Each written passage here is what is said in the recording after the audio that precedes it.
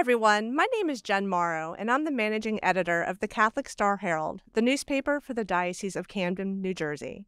Today, I'm sitting down with all of the executive directors and CEOs of the Catholic Charities agencies across the state. We're going to talk about what Catholic Charities does, the clients that they serve, Catholic social teaching, and Matthew 25, which the directors will talk about in a bit. In addition, we have an audience with us today who will be asking some questions after the presentation. Now, I'm using the word presentation, but really, I'm really hoping for a discussion among friends and colleagues. I was going to call it a round table, but it's actually more of an L-shaped. So, but the point is, it's a presentation that's a real discussion about the mission. In addition, this is being video recorded and audio will be available. Both will be available on the Diocese of Camden's social media platforms and websites. In addition, the audio will be uploaded to our Talking Catholic podcast, of which I am a co-host. And this podcast is available on Sunday mornings at noon. Well, I guess that's not morning. So Sunday at noon and Mondays at 4 p.m. on Domestic Church Media.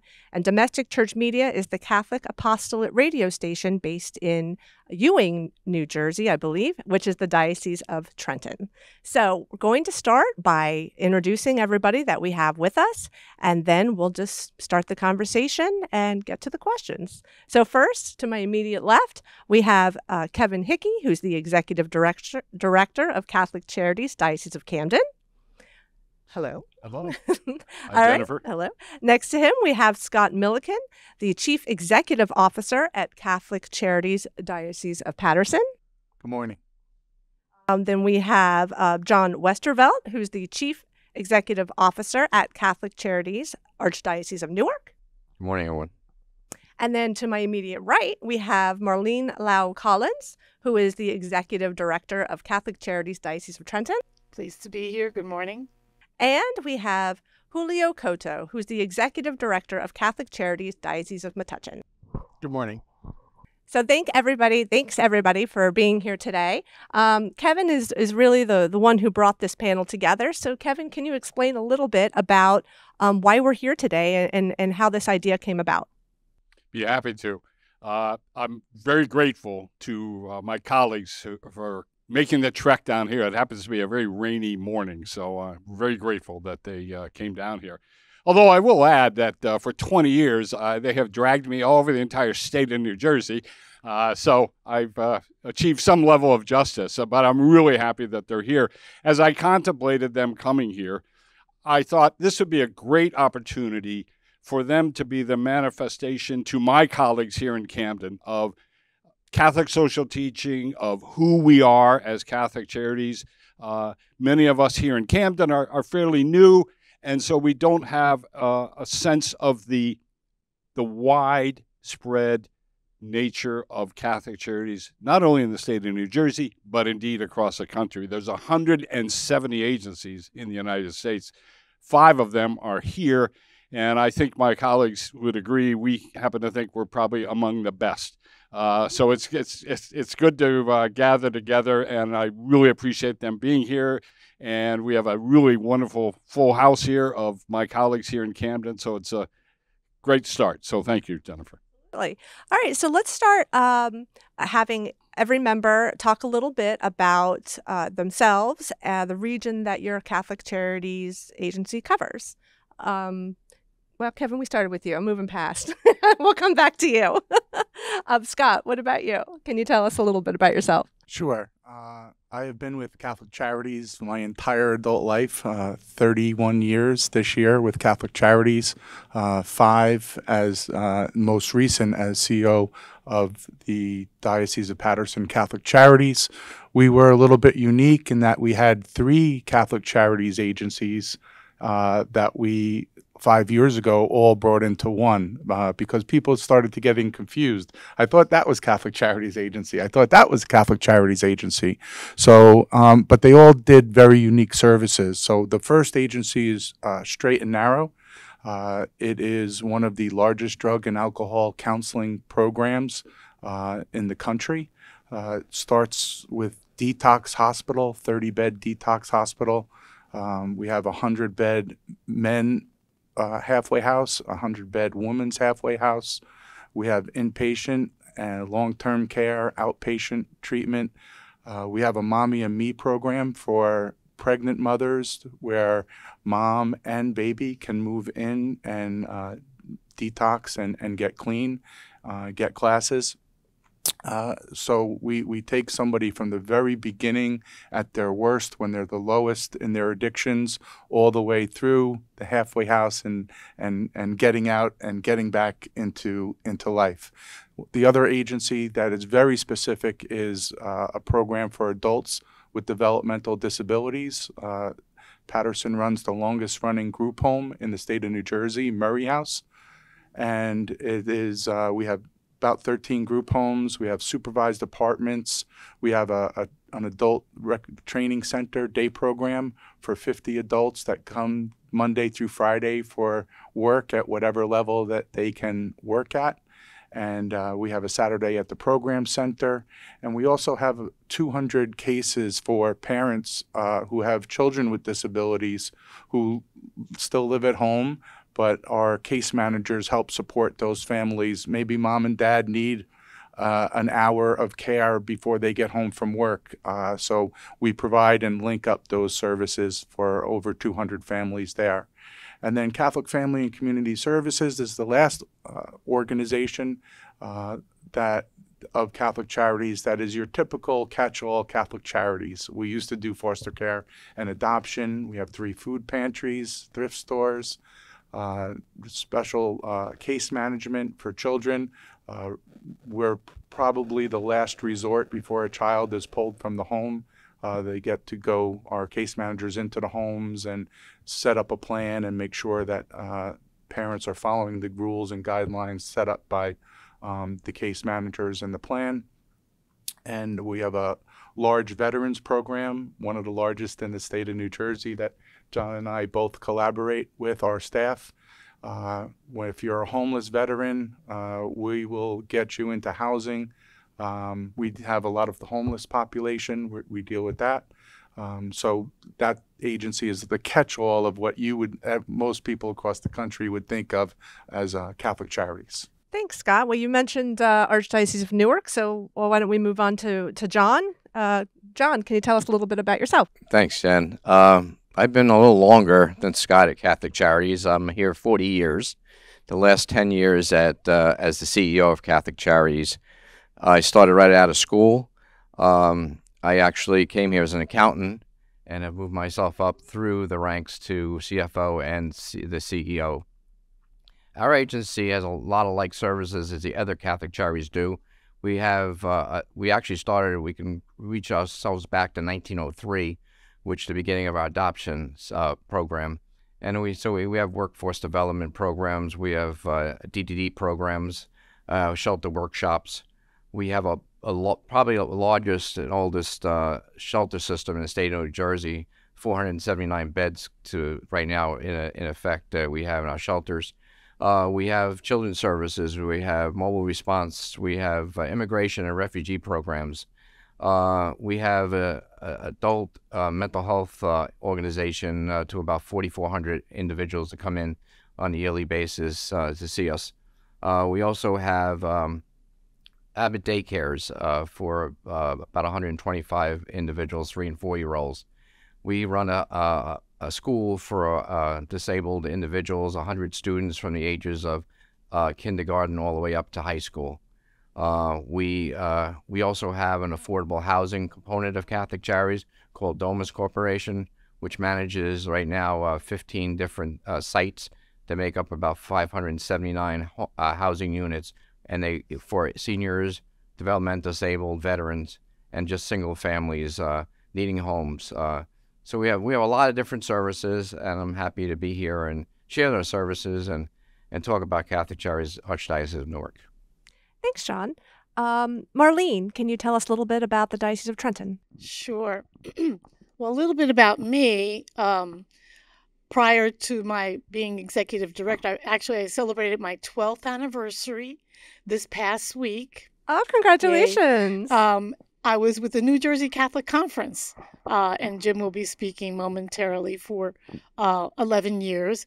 And prior to that, I was with the Department of Human Services. So I did a lot of public policy around these issues and Work First New Jersey, homelessness programs, which has been my passion always in terms of advocating for those that have been marginalized and most vulnerable. So Catholic Charities Diocese of Trenton has a broad range of services. Our largest component is behavioral health, our mental health services and substance use. We've moved into a model that integrates the social determinants, right? Homelessness prevention and food insecurity, along with the substance use programs, which is an outpatient, and we also treat pregnant women, and the mental health programs, and it's a holistic. We also provide services for families and children who have faced trauma. So these are counseling services that are trauma informed.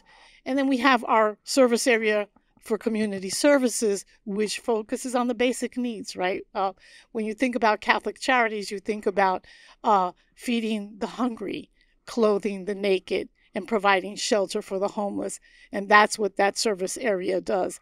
And we work collaboratively. There are like 3 buckets, and but we sit at the same table and we work collaboratively to ensure that the people that come through the door, whichever door they come through, that they have access to all of the services that we have, and so that they could move forward in their lives and become stable. Thanks, Marlene. And Julio from the Diocese of Metuchen. Yes. So the Diocese of Metuchen covers Middlesex County, Somerset County, Warren County, and Hunterdon County. We serve about 64,000 clients a year. And like the other Catholic charities, we have behavioral health services, family shelter, men's shelter. We also do preschool programs in New Brunswick. Every county facility does have outpatient counseling. In Middlesex County, we provide youth partial care. We provide mobile response services. And we also do the basic needs. We have a food pantry in Warren County, and we have a food pantry in New Brunswick. We just had our New Brunswick food pantry has turned into a choice food pantry. So instead of giving bags to our clients, they actually walk through the pantry and pick their own foods. We just began that. And that's part of our Unity Square revitalization project, where we do housing, community organization, entrepreneurship for the community, which is kind of different from some of the other programs that are run at different Catholic charities. This is tax credits, and we have a 37-block area which we were revitalizing in New Brunswick. Like Marlene says, all our services are really one-point access. We developed Catholic Charities in Metuchen to be a continuum of services. So when you walk in, if you need counseling, if you need food, if you need childcare, which I left that out, we also do after-school childcare programs in 3 of our counties. And that's when we, and by the way, I grew up in Catholic Charities, forgot to tell you about. I've been here since 1984. I was an intern. I did my internship, my bachelor's and my master's degree internship at Catholic Charities. And it was home to me. It's been home to me for almost 40 years. And we do, I know somebody said before, our services are just above any other organization, all the Catholic Charities, with the compassion that we have. And I'm so proud to have the staff that work for us. And those are our services. Thank you. I'm going to turn it over to Kevin Hickey, but I'm going to tell you, Kevin, Julio's already pulled at my heartstrings, the fact that he grew up in Catholic Charities interning. So bring your A game, Kevin. What you got? Oh, my God, the pressure's on. Yeah, Julio, he's a sweetheart. He's a good man. I was listening to my colleagues talk about their respective Catholic charity agencies, and I was thinking about the Eucharistic revival that is going on in this country. And then that got me thinking about an encyclical that Pope Benedict wrote. And I was thinking, the Eucharist, folks out there listening to us, is what is the catalyst for all 5 of these Catholic charity agencies. It's why we exist, to reach out to people, A famous Catholic thinker has said that the church built Catholic social services, Catholic healthcare, and Catholic education to be bridges into the world. And what you've just been listening to are those particular bridges in Paterson and Newark and Metuchen and Trenton and here in Camden. And I think the best way that I would want to talk about ourselves is Matthew 25 and the corporal works of mercy. And everything we do is key to that. Feeding the hungry, housing the homeless. We have a lot of homeless prevention programs here. We are right now overwhelmed by people coming to us needing to get off the streets. And there is, of course, right now, post-pandemic, an intense shortage in housing and affordable housing. So, and I know all my fellow sister agencies here are similarly stressed. So, if there's a need, I think you can be assured that someone among us here in New Jersey is trying to meet that need. And in fact, I'd want to say we cover all 21 counties in the state. So that's a great achievement. I think every Catholic who may be listening to this should be proud of their Catholic charity agency. Agreed. We've already started off the bat answering like 4 of my questions, so now I get to move on to the 5th question. And we've been talking a lot about the similarities in services and some of the differences as well. So my question would be then, why do you think that the programs develop differently from one Catholic Charities to another across the state of New Jersey? Scott? Well, a lot of folks ask all of us, and all the time, what separates Catholic Charities agencies from all the others? And we're talking about our Catholic social teaching. 3 always just jump right up at me. That we're all made in the likeness and image of God, and we're all serving those people that we may be the last face of Christ some may ever see. And then the moral option for the poor, that a good society is only as good as it treats its most vulnerable members. That's what we're doing. We're treating the most vulnerable people, and it's hard sometimes. It's very hard. And overall, I think everybody would agree, treating people with dignity and respect. That's Catholic Charities. That's providing help and creating hope in somebody's life who might be on the last bit of hope that they have. Many with parents who have children and families, and trying to keep those families together to better themselves. So I think that's what separates all of us and our organizations and what everybody does here. And the only thing that I tell my staff all the time is there's only one thing that I can ever ask of any of you, and that's just be nice. Be nice. And you're dealing with people with tough situations that sometimes are rightfully so angry and upset, and we have to treat them with dignity and respect and help them. Somebody mentioned Kevin, I think we're the bridge to get people back into a normal life. So, anybody else want to chime in on that? I think we have a lot of different programs too, because we're looking at the community we serve. Depending on where we're located in the state of New Jersey, we may have different needs. We have a lot of like services. We also have some that only some of us do. And I think it's when you go back to the community and you really see what's the need in our community. Like where we're part of up in North New Jersey, I forgot to mention before, we're in Hudson, Union, Bergen, and Essex counties. 2/3 of our individuals that come to see us are either at poverty or below poverty. Okay, so we're working. So we have some different programs that we might have up there than other people down in other programs of Catholic Charities might not have. And they do have some we don't have. So I just think in general, I think you need to go back to the community and see what their needs are and how we address the needs of the individuals that are in our care. Go ahead, Marlene. No, Yeah. that's an excellent point. Actually, you stole my thunder because that's exactly what I was going to say. I think it's really important for people to understand that while we're large organizations in many of the counties, in Diocese of Trenton, we cover Monmouth, Ocean, Mercer, and Burlington. We serve 175,000 people a year. We get a significant amount of money from the federal, state, and local government. And so people look at us from the outside and say, wow, you're a large organization. But internally, we operate like smaller programs that really focuses on the need of the people. Our eye is always on the people that are walking through the door and what their needs are, as well as our staff, too. Making sure that we take care of them because they're taking care of others.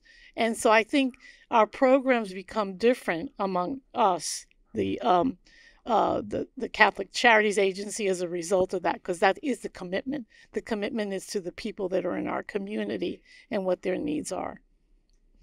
Julio, did you? And to add to that, everything you said is correct. We also have a commitment to our parishes. So we have a parish assistance program. So we listen to the community, the parish community. So if they have needs, each of their services in different counties really are tailored to the parish. And at Catholic Charities in Metuchen, we do have a parish assistance where the priest can refer clients, and we have funding. We have a collection that's on once a year. So not only do we listen to the community needs from the state, but also from our local parishes who are in need. And that's why we're so holistic about our service provision. So along those same lines, how do you handle a request from a client if you don't offer a service that they are in need of? Kevin? Well, all of us, I think, are known for our knowledge of colleagues, other social service agencies. So we do a lot of referring, and vice versa. I mentioned the housing situation, and so a lot of other social service agencies are referring people to us, I know that's the case in the other dioceses too. So, speaking a little bit about working together, how or do the Catholic Charities in New Jersey, do they work with Catholic Charities USA as well? You're all nodding, so I'll turn it over to Somebody Scott. Speak. Sure, and then I'll turn it over to Marlene because she's on the board of Catholic Charities USA. But I think that that's another very unique thing, that we are all Catholic Charities official organizations, part of Catholic Charities USA, which is does tremendous work across the country that we go to for funding when there's disasters or different things that we need help with. The training, we've all been down and we're trained by Catholic Charities USA and the leadership, Sister Donna Markham at Catholic Charities USA. I think we're one of the only states too, and the other states kind of look at New Jersey because the five of us and Jim meet on a regular basis for years, that we come together. If I need assistance, I can call John or I can call Julio. What are you doing for this? What are you doing for that? And it's great. I don't know how many leaders of Catholic Charities across the country there are in our positions, but we're the only one of the states, and there's a few others that meet collectively. So and there's power in numbers. We get to benefit from each other's experience. So Catholic Charities USA is our member organization. So we are a member of Catholic Charities USA. They don't necessarily run programs, but they raise a lot of money from private donors and sometimes from the federal government, and it gets funneled to us when there's a disaster, for example. And as Scott mentioned, they have a significant training program. It's amazing for disaster response. When Sandy hit the shores of New Jersey, I called upon CCUSA because I had no idea how to manage all of it. And so immediately they send folks from other states that have operated disaster response to assist us. And we were able across the state to collaborate to really address that. So I'm on the board. As you mentioned, there were over 100 members of or networks across the country, and we get to benefit from each other's experiences. There's no competition among the Catholic Charities Agency. I don't care what Kevin says, but but we really share a lot of information and look at ways to help bolster and fortify what we all do. We're going to kind of move into a different a track now, but before I do that, you did mention Superstorm Sandy. Was every diocese and archdiocese in the state of New Jersey affected by that? And if one person could speak quickly about that collaboration and to meet the needs of our clients. Who do you want? I mean, I'll actually do that. Okay. We actually Thanks, were hit in Bergen, Hudson County as well. But the great collaboration, as Marlene had said before, she taking the helm of down in Trenton, actually brought us all together to really understand, because I never was through one of those issues. So it was good to talk to other colleagues here and also Catholic Charities USA to figure out what should we do next and how should we deal with that. And they gave us a lot of funding, and we got a lot of funding through state and government as well to help. But it was the first time in my 40 years working together. We're all 5 agencies coming together to work together and make it work. So that was.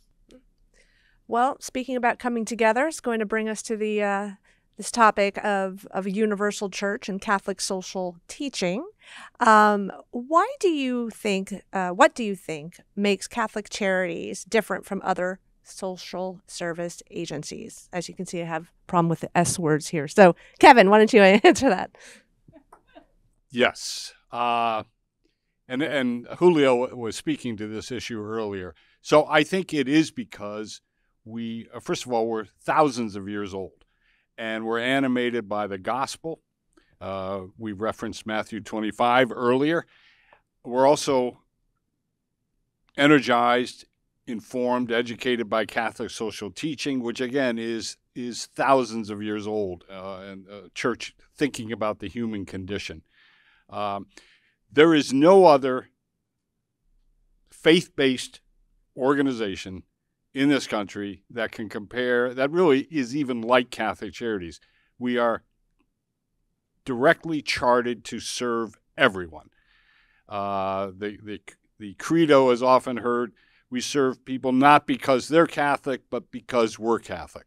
And we're unique. And the fact that dioceses raise money and fund their respective Catholic charity agencies, differing amounts certainly, but still, they're funding it, is an amazing thing, and it shows the commitment that Catholicism has to serving poor and vulnerable people. I touched the heartstrings of a colleague who recently joined us when I was referencing Vatican II document, St. Pope John the 23rd, the joys and the hopes and griefs of the world are the joys and the griefs and the hopes of the followers of Christ. And that's us. That's what your Catholic Charity Agency is trying to do, is minister to people who are suffering. Sure. I was going to go, yeah, sure. No, go ahead. I was going to move on to the next question that was similar, but go ahead, Marlene. Did you want to add something? Because I recently, in our diocese, Bishop David O'Connell, in January, did the Standing Together Mass, and also we had an event. And what was heartwarming to me, it was during the time when most of the diocese or some members of the diocese go to Washington, to commemorate. And of course, they were celebrating the Dobbs decision. But what was heartwarming to me is that his focus was on a unified from birth to natural death and the Catholic social teaching, and really directly invited organizations like Catholic Charities and others to come together and pray together and to talk about, how we collectively, because we're part of the church, right? We're the hands and the arms and the feet of Jesus here in the midst of this great need for the church. So we are part of the church. So to clarify, the event that you were speaking about was around the March for Life, around in January? So that was, what is normally, Okay. the March for Life, exactly. So talking about funding a little bit that Kevin mentioned, how do you fund the services you provide, and what role does Catholic identity play in the funding that you pursue? Julio? Sure. So we get funding, it could be United Way, we get fees from clients, state dollars, federal dollars. But the key is that when we go for funding, it's all back to Catholic social teaching. What is the mission? Who has a need? We don't go after the dollar, we go after the need. So if we have a client and we feel it's a homeless population in a certain area, we try to look for funding to help that. We do funding from like a county, communities. We have CDBG funding, and that's where it comes from. The major, some people think we're so large, you guys are just trying to go for money. That's not true. The truth is that we are here to meet the needs of our clients, and we have a responsibility to meet that need. And to do that, you need some funding. So wherever we get the funding to try to meet the needs of our clients, that's what we do. And I think all 5 of us have been very successful in meeting the needs of our clients with our different funding sources.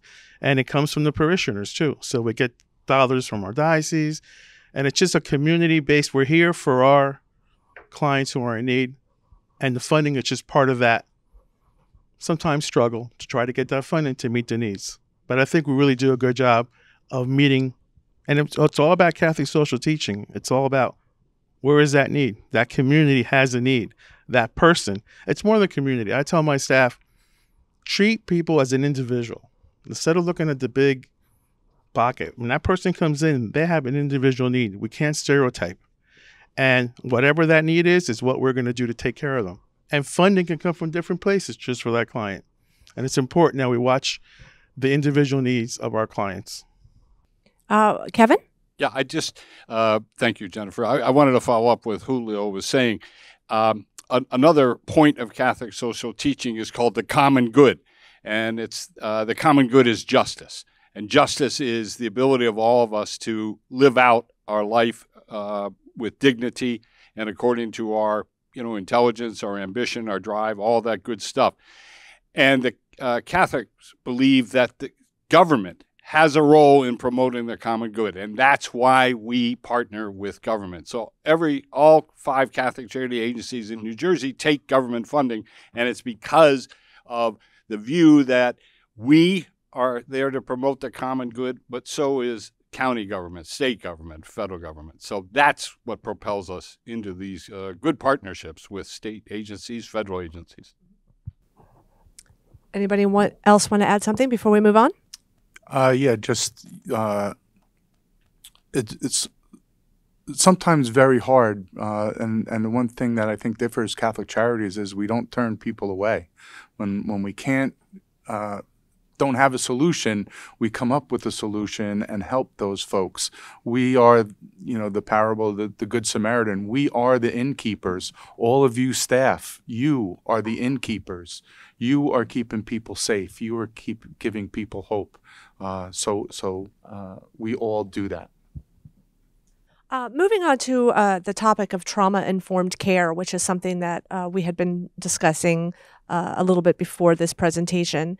Can somebody explain what trauma-informed care is and why it's a popular term in social services? Marlene's nodding. Julio's. Well, I didn't know that. Marlene's I don't nodding. know that I'll do a very good job because I'm not a clinician. So if there are clinicians here, please feel free to correct me. But, when I first came to Catholic Charities about 10 years ago, one of our directors for Children and Family Services came to me and started talking about this trauma-informed and a particular process called ACE, where you make an assessment of an individual. And it really, I think digs deep in terms of the experience of that individual or child or adult, that even goes back to childhood, and to kind of identify, the level of trauma that person is experiencing. So that's kind of, in a very general way, the clinical aspect. When our organization talks about trauma informed, it's also training or our staff to understand that everyone who walks through that door has had some kind of trauma in their life or experience. And so, we've always looked at, part of our corporate values, as Kevin talked about, dignity of the human person, right? So that we treat people in a particular way because they have an inherent dignity. But they're also understanding now this term, trauma, and what that means. And so it kind of provides another layer. So that's sort of, I hope that's helpful. Yeah. And I don't know if anybody wants I think to add to that. the way I look at it is also, the consumers we serve as well, but also our staff who every day see major trauma out there in the field working 24-hour programs. And how do we take care of them as Catholic agencies? How do we do training? How do we send them to programs that can help them? Also, how taking time off, making sure they take some time and be with their families and get out of the 24/7 program for a couple hours just to get out and see other things that might be happening in their lives. So again, I think it's a lot of training and a lot of help from our administration to help our staff get through as much trauma as they see every day, that we know they do. Yeah, I'm glad you mentioned that, because as a reporter, an editor with the Catholic Star Herald and in other dioceses before here, I've been out with staff on when they meet clients, and that's something I've always wondered is, how do you care for the caretaker, so to speak? How do you train and develop your staff so that they can meet the needs of the clients and don't go home at the end of the night, burnt out after a while? Julio? We partner with Rutgers, and we do Rutgers trainings that come to our organization.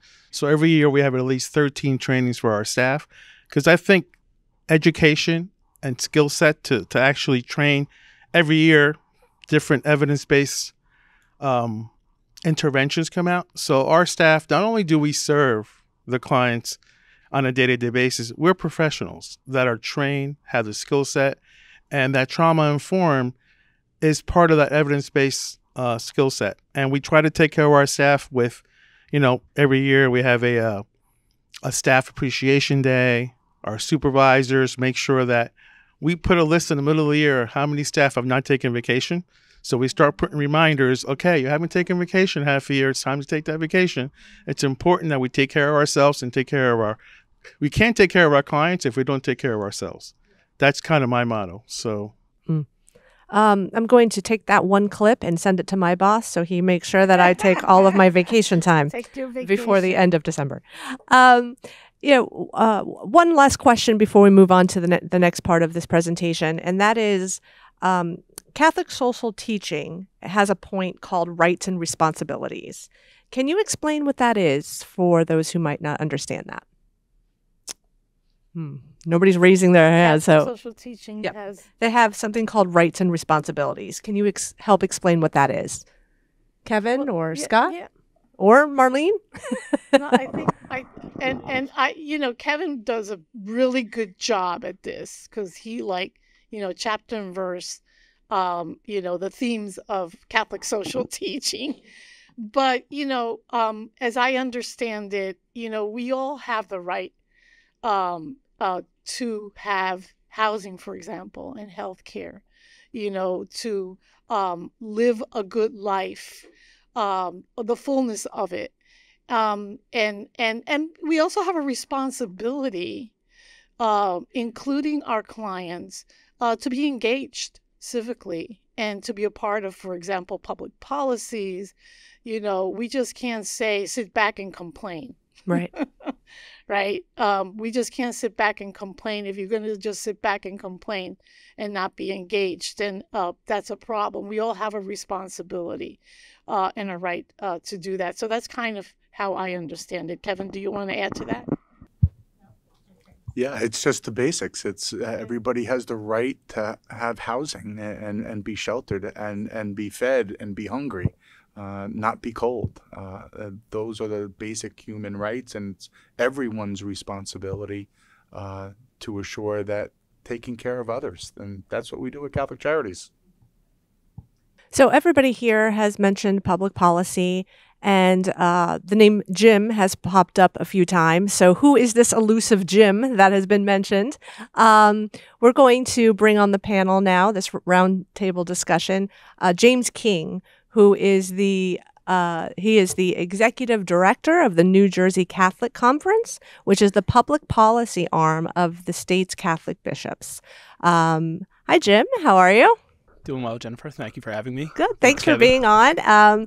So can you explain a little bit for everybody about what the New Jersey Catholic Conference does?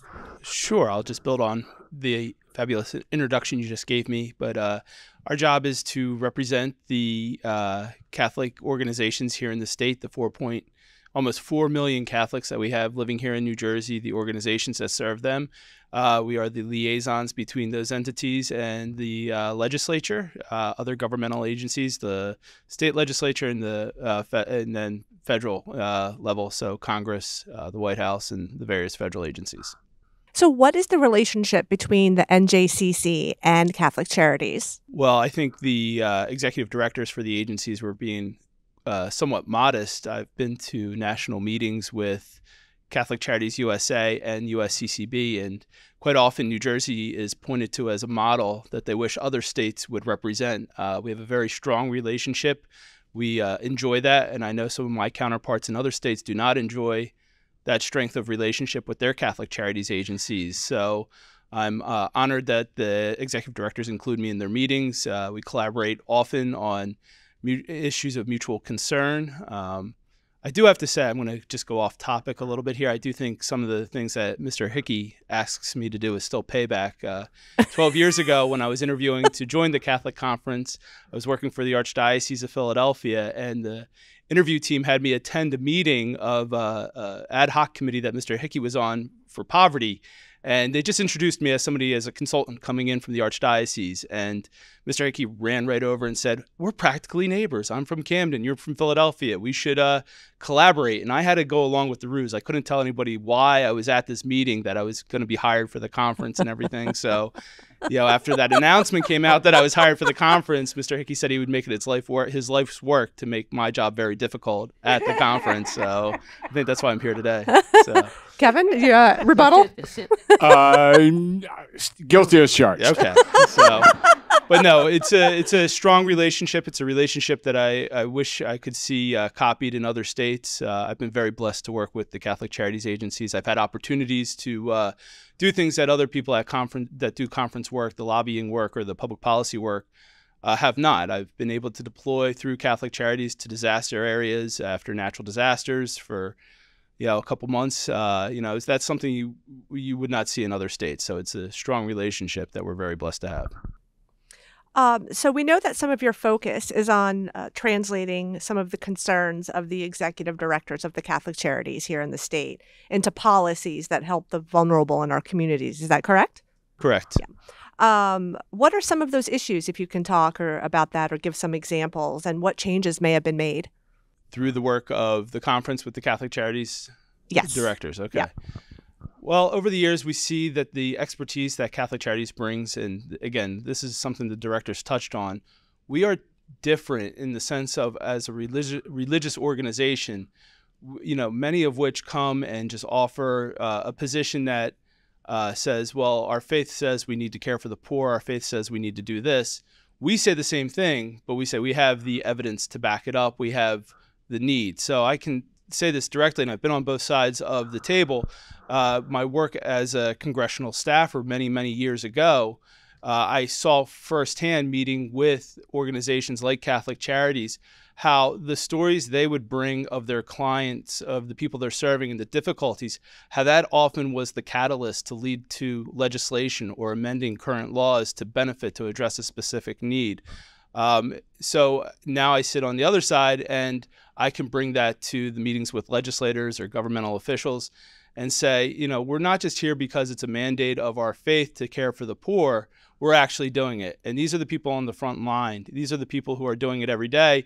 And these are the deficiencies they're seeing out there. This is what we need to address. So that's quite effective when you can go before a legislator or their staff and say, you know, this is where we see the greatest need. This is what we think could solid public policy can actually address. And they're thankful for that. Catholic Charities has a tremendous reputation. I tell everyone a story. I was in Washington a couple of years ago, and I was meeting with Senate offices, and I bumped into a senator from our state.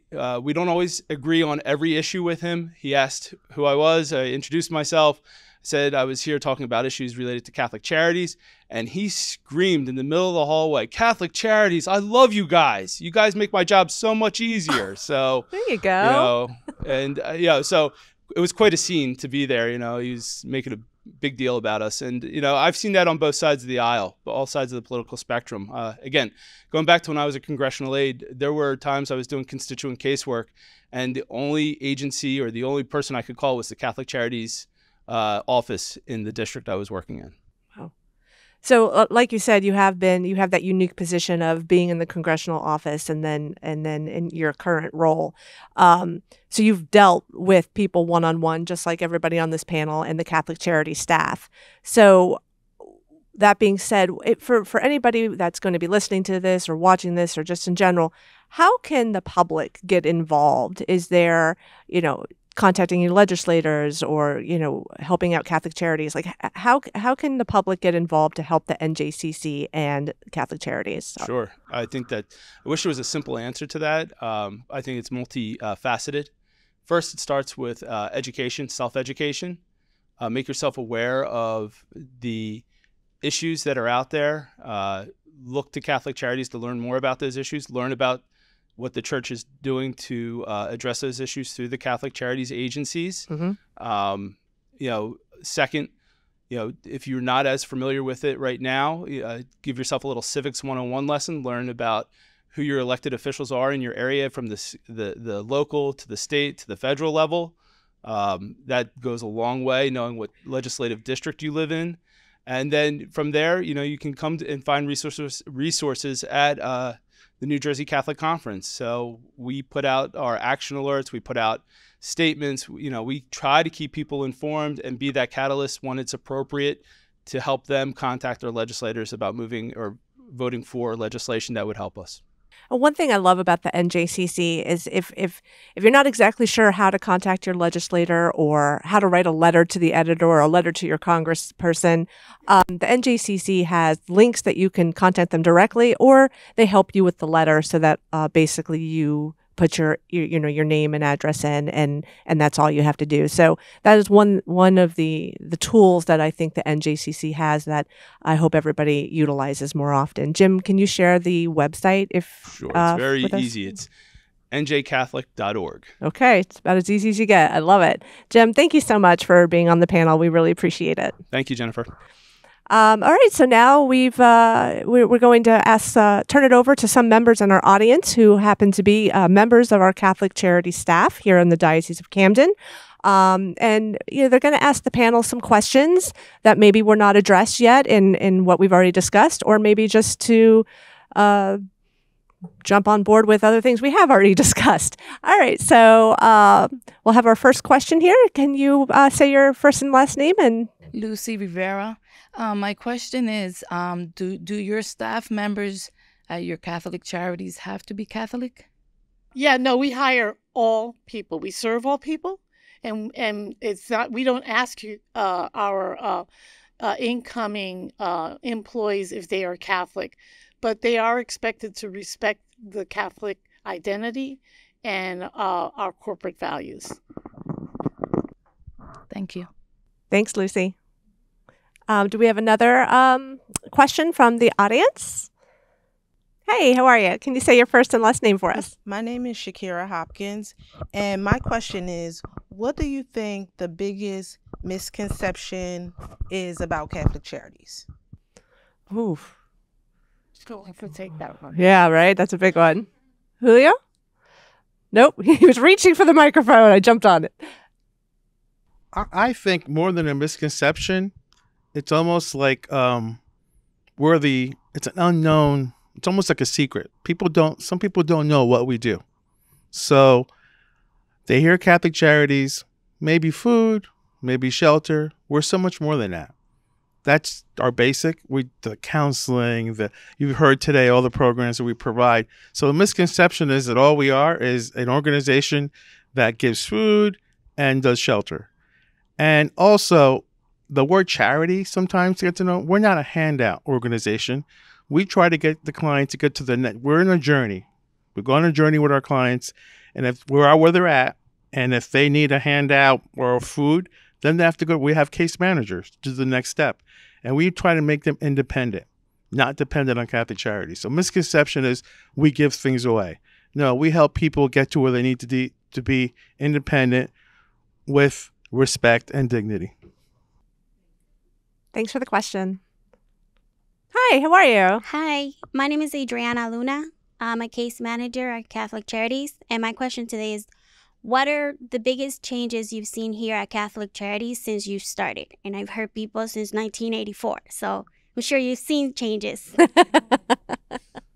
I've been here 40 years, and I've seen a lot of changes in Catholic Charities and the people we serve. I mean, when I first started, we were a $12 million organization. We're over $50 million today and continuing to serve the needs of the community. But again, a lot of that is going around what the community really needs, and that's why we've grown so big. And I think our biggest hurdles are trying to find funding to keep the community, what we need in the community, be done. So that's a lot of major changes in 40 years I've been here. Thanks for your question. Julio, did you want to add something? I think when I started back as an intern in 1984, I think the sophistication of our organization has changed. We were very small, like John just said. I remember I had to do my own hiring, my own HR, my own accounting. We are now a very sophisticated organization. We still, I think Marlene made that point, we still operate like we're a small organization to meet your need, but we're sophisticated. We have an IT team and an HR team and an accounting team. So we provide professional services, and the needs haven't changed, but the way we provide our services have changed with technology, et cetera. So I've seen us come from a very small place to a sophisticated nonprofit organization that serves the clients. Thank you. Thanks for your question. Any more questions? No more questions? Okay, well, we're getting ready to wrap up, and I'll ask everybody some final thoughts. But like I said, I'm pretty sure everybody here has worked together for a long time. And come on, y'all, I haven't heard enough ribbing. So somebody share some dirt. Let's hear a good story. So who has a great, since I work with Mr. Hickey here, who has a great Kevin Hickey story they want to share? Who wants to share great? Murmurs from the crowd, everybody. Murmurs. Well, Kevin, I'll tell the story of when we went to Washington, right? One of the things that I've loved doing and always loved doing, and Kevin too, is really the advocacy piece, right? Telling the stories to legislators of the people that we serve, because they're compelling. And also, illustrating the impact that we make, right? That's really important for legislators to understand, because they're making some very critical decisions. And so we were in Washington, the diocesan directors from across the country, and we were tasked to go to the Hill and to present to particular legislators, some of the issues that we wanted to advocate for and get their support. And so there was this very sophisticated group that put together an agenda and the teams together. And I went to pick up my packet, and I found out that I was teamed up with Kevin Hickey.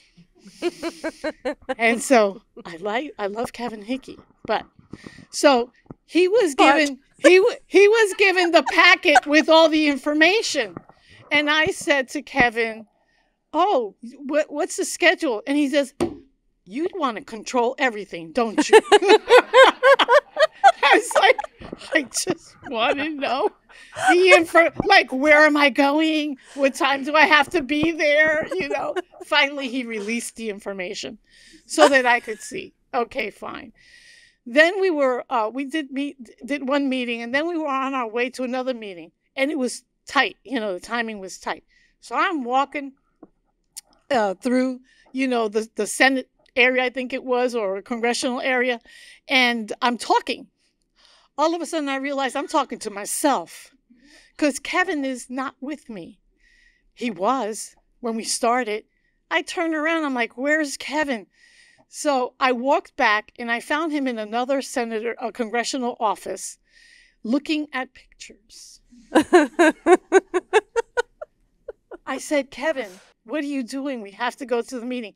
And he pulls me in. He goes, "Oh, no, you need to understand." And it was all about history. So if you know Kevin, Kevin is a history buff. So that pulled him in. And he really had to admire and appreciate and then share with me. We did get to the meeting on time. But he knew it was important to appreciate a little bit of the history of our country. So that's my Kevin story. I love it. That's a great story. Kevin, do you want to offer a rebuttal? No rebuttal, but I have long admired John Westervelt.